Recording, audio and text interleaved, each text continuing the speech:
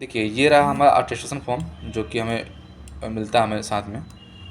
तो इसको देखते हैं कैसे फिलअप करना है। सबसे पहले जो है आपको यहाँ एक फ़ोटो डालनी है, फ़ोटो, ठीक है।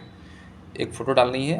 फ़ोटो आपका जो यहाँ साइज़ लिखा हुआ है, इस साइज़ को आप एवॉइड कर सकते हैं। एक पासपोर्ट साइज़ फ़ोटो जो नॉर्मल होती है, आपको वो यहाँ लगाना है।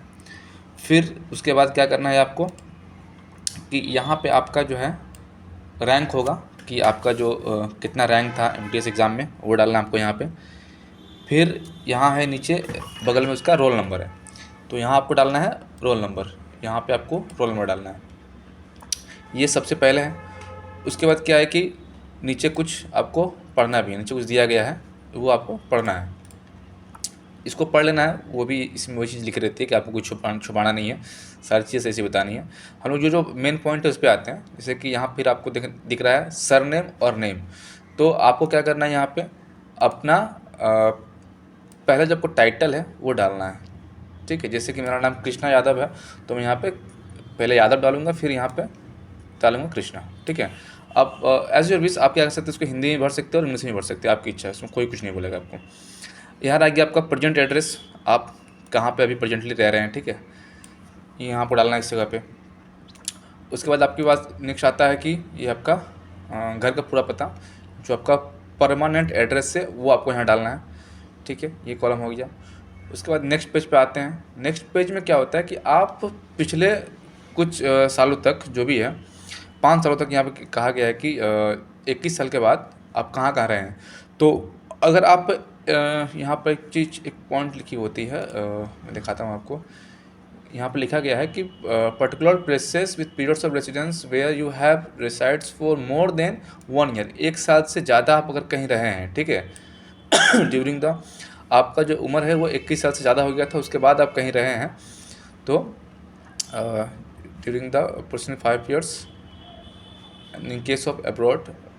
अगर कहीं, बेसिकली ये पॉइंट आपको ये बताता है कि अगर आप कहीं भी 1 साल से ज़्यादा रहे हैं तो आपको यहाँ मेंशन करना है। तो बेसिकली अगर आप कहीं नहीं रहे हैं, आप अपने घर पे ही हैं, ठीक है, तो में एक 5 साल का टेन्योर डाल दीजिएगा यहाँ पे फ्रॉम, मान लीजिए अभी 23 चल रहा है, तो आप 2018 से लेकर 2023 तक, क्योंकि मैं भी अपने प्रेजेंट एड्रेस पे रहता था, कहीं मैं 1 साल ज़्यादा रहा नहीं हूँ।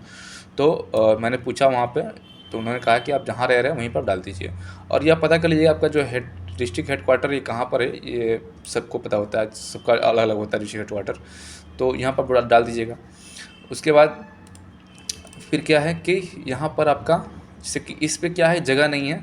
बहुत सारे जो फॉर्म जिनको मिला है, किसी को बहुत क्लियर मिला होगा, उसमें जगह होगी लिखने की, लेकिन यहाँ पर जगह नहीं था। ये इनकम टैक्स का हमारे NW रीजन का आया था, तो यहाँ पे आप डाल दीजिएगा। जैसे कि मैंने क्या किया था कि इसको ब्लैंक छोड़ दिया था, ठीक है। इसमें ब्लैंक आप छोड़ सकते हैं, वहाँ पर भी पूछ सकते हैं, लेकिन मैंने ब्लैंक छोड़ दिया था, मुझे समझ में नहीं आ रही थी। मैंने उनसे पूछा तो उन्होंने कहा कि ठीक है, इसके सामने आप पिताजी का नाम लिख दीजिए, या माता जी का नाम, बहन का, भाई का, जो भी है, यहाँ आप लिख दीजिए वहाँ पे। फिर उनका प्लेस ऑफ बर्थ कहाँ, अगर सबका सेम है तो आप बस एक जगह यहाँ लिख कर बाकी नीचे आप कॉमा डाल सकते हैं, वो चीज़ है। उसके बाद फिर ऑक्यूपेशन क्या है, सबका अलग डाल सकते हैं। फिर वर्तमान डाक पता आपका क्या है, एक, अगर सबका सेम है तो बस एक डाल के ना आप उसको नीचे वो कर दीजिएगा, वो कोई दिक्कत नहीं, सेम हो जाएगा। फिर परमानेंट एड्रेस अगर सभी का सेम है तो आप यहाँ एक परमानेंट एड्रेस आपका डाल दीजिएगा यहाँ पे। ये आपका यहाँ तक हो गया। उसके बाद अब नीचे आते हैं। यहाँ पर अगर कोई आपके बच्चे हैं कुछ, तो बेसिकली हमारे एज में किसी के बच्चे तो है नहीं अभी, जिनका है वो यहाँ पे आप उनका डिटेल्स डाल सकते हैं। अगर कहीं वो पढ़ाई वढ़ाई कर रहे हैं तो यहाँ पर डाल सकते हैं यहाँ पे चीज़, तो हम लोग इसको स्किप कर देंगे। हाँ, यहाँ आते हैं पेज नंबर 6 पे, सॉरी 3 नंबर पे। तो यहाँ पर आपको क्या डालना है, यहाँ आपको डालना है नेशनलिटी, जो आपका इंडियन हो जाएगा यहाँ पे, ये तो आपको पता ही है। फिर यहाँ पर डेट ऑफ बर्थ आपको डालना है इंग्लिश कैलेंडर के हिसाब से, जो हम लोग नॉर्मली जो यूज़ करते हैं वही वाला जो होता है, वहाँ पे आप डाल सकते हैं 06 समथिंग कुछ डाल सकते हैं, 06 जो भी है। फिर आपका प्रेजेंट आयु, इसके हिसाब, डेट ऑफ बर्थ के हिसाब से जो है एज कितनी हो रही है आपका, वो डाल सकते हैं आप यहाँ पे। उसके बाद ये मैट्रिक के समय आपकी जो एज वो कितनी थी, आपको जब आपने मैट्रिक दिया था, ठीक है, जब आपने मैट्रिक का एग्ज़ाम जब लिख रहे थे, उसके बाद आपकी उस वक्त आपकी उम्र कितनी थी, चाहे मैट्रिक रिजल्ट आ गया जब पास हो गए थे तब आपकी उम्र कितनी थी। आपको मंथ में लिखने की ज़रूरत नहीं है, आप यहाँ पर ईयर में भी लिख सकते हैं। फिर जन्म स्थान, जिला, राज्य जिसमें यह स्थित है, आप कहाँ जन्म हुए, तो हो सकता है कि आप कहीं और रह रहे हैं, आपका जन्म कहीं और हुआ है, हो सकता है, मेरे केस में भी ऐसे हुआ था। तो आप लिख सकते हैं, कोई इशू नहीं है आपको। फिर उसके बाद आप किस ज़िले के राज्य के हैं, तो बेसिकली आपको समझ में, अगर आप एक ही जगह पर रह रहे हैं कंटिन्यूसली, तो उसका नाम डालिएगा यहाँ पे आप। अगर आप कहीं और रह रहे हैं, आपका परमानेंट एड्रेस कहीं और है, तो बेसिकली आप परमानेंट एड्रेस जो है वहाँ का डाल दीजिएगा आप। मैंने भी यही किया था, उनसे पूछा था मैंने, तो उन्होंने कहा ठीक है, आप जहाँ आपको अच्छा लगे वहाँ डाल दीजिएगा। फिर आपका जो पिताजी का जन्म कहाँ हुआ था वो आप यहाँ डालेंगे यहाँ पे।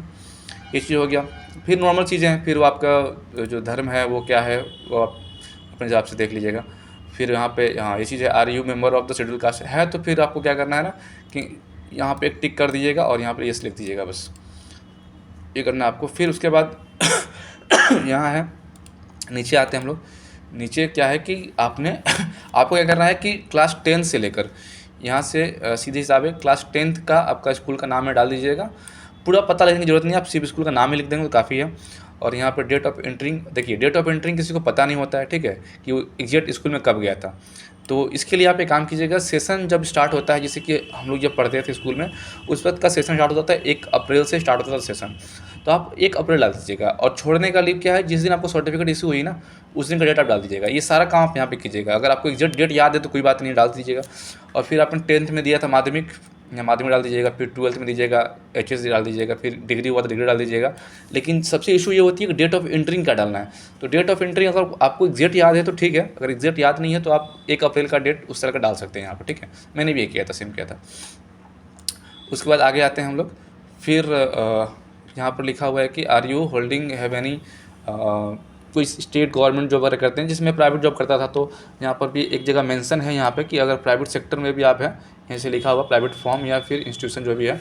तो मैंने किया था, तो मैंने इसमें डाल दिया था। अगर आप भी जॉब कर रहे हैं तो फिर इसमें आपको क्या करना है कि किस साल से किस साल तक कर रहे हैं, आपका यहाँ डाल दीजिएगा। जॉब नेचर क्या है, प्राइवेट है वो डाल दीजिएगा। एम्प्लॉयर का, आपकी कंपनी कहाँ की है, उसका एड्रेस डाल दीजिएगा, किस स्टेट की है, चाहे किस सिटी की, वो डाल दीजिएगा। और रीज़न ऑफ लिविंग आप उसको ब्लैंक छोड़ दीजिएगा, क्योंकि आखिर आप कंटिन्यू वर्किंग है तो आपको डालने की ज़रूरत नहीं है यहाँ पे। फिर उसके बाद आप आ जाते हैं नीचे की तरफ। हम लोग नीचे क्या है कि एक ये चीज़ है, ये कॉलम देख कर फिर वो डर लगता है कि क्या क्या करना है।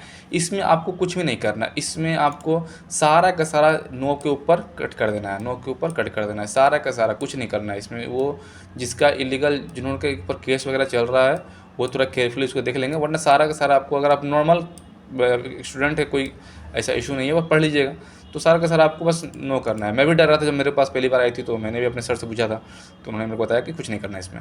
और फिर यहाँ पर आपका है कि एक उन्होंने वार्निंग दी हुई है कि चेतावनी टाइप का है।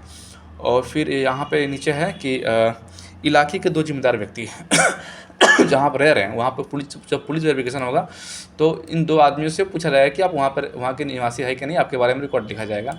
तो यहाँ पर 2 आदमियों का नाम डालना है, और प्लस नाम के साथ में काम कीजिएगा, बगल में नंबर भी डाल दीजिएगा उनका, क्योंकि मैंने पहले नाम ही लिखा था, लेकिन बाद में जाने के बाद उन्होंने कहा कि सर आप यहाँ पर अपने नंबर, उनका नंबर भी डाल दीजिए, ताकि वो पुलिस उनको कॉल करके आराम से, उनको पुलिस को भी परेशानी ना हो और आपका काम जल्दी हो जाए, इसके लिए होता है ये चीज़। बस यही है स्टेटस फॉर्म, और कुछ है नहीं। एक्चुअली मुझे भी फर्स्ट टाइम काफ़ी डर लग रहा था। फिर आपको वो करना है, यहाँ पे तारीख डालनी है कब की, और ये सान कहाँ पे आप ये फॉर्म फिलअप कर रहे हैं, और आपका सिग्नेचर यहाँ पर रहेगा। बस स्टेटस फॉर्म यही है। तो मुझे भी पहले डर लग रही थी कि क्या भरना है क्या नहीं भरना है, तो बेसिकली यही भरनी थी। तो मैंने आपको सारी चीज़ बता दिया। तो प्लस आप स्टेटस फॉर्म फिल कीजिए और जमा कीजिएगा। फिर भी आपको डाउट है तो आप छोड़ दीजिए, उनके सामने ही फिल कर लीजिएगा।